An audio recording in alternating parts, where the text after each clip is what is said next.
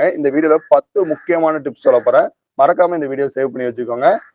இது போல gardening related வீடியோஸ்க்கு கங்கா ஆர்கானிக் ஃபார்ம்ஸ் ஒரு ஃபாலோ பண்ணிக்கோங்க. 6வது பாயிண்ட் பூச்சி நோய் கட்டுப்பாடு.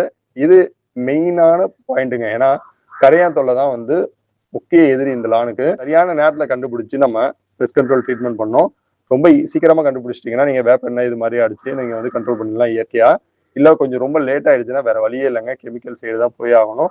7வது பாயிண்ட் சரியான புல்லை தேர்ந்தெடுக்கணும். நாங்க வந்து மேக்ஸிமம் மெக்சிகன் கிராஸ் தான் யூஸ் பண்றோம்.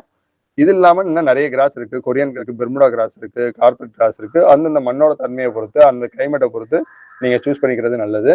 8வது பாயிண்ட் கரெக்டான ஸ்லோப் கொடுத்து மேடு பள்ளம் இல்லாம லெவல் பண்ணி தான் லானை லே பண்ணிருக்கணும். 9வது பாயிண்ட் வெயில் ரொம்ப முக்கியம். மினிமம் 4ல இருந்து 5 மணி நேரமாவது வெயில் இருந்தாதான் இந்த மாதிரி மெக்சிகன் கிராஸ் மாதிரி போடணும். அப்படி இல்லைன்னா ஷேட் கிராஸ், பேர்ல் கிராஸ்ன்னு சொல்லிட்டு வேற வெரைட்டிஸ் இருக்கு, நீங்க அதை தேர்ந்தெடுக்கலாம். 10வது பாயிண்ட் பாத்தீங்கன்னா காலத்தை பார்த்து பயிரிடுன்னு சொல்லுவாங்க இல்லைங்களா, அது மாதிரி வெயில் காலத்துல அதிகமா தண்ணி ஊற்றணும், மழை காலத்துல கம்மியா தண்ணி ஊற்றணும், தேங்காமையும் பார்த்துக்கணும். குளிர்காலத்துல லைட்டா உரமும் கொடுக்கணும், லைட்டா தண்ணியும் ஊத்திக்கணும். இது மாதிரி பார்த்து மெயின்டைன் பண்ணீங்கன்னா உங்க வீட்டுல புல்லு ரொம்ப அருமையா வளருங்க.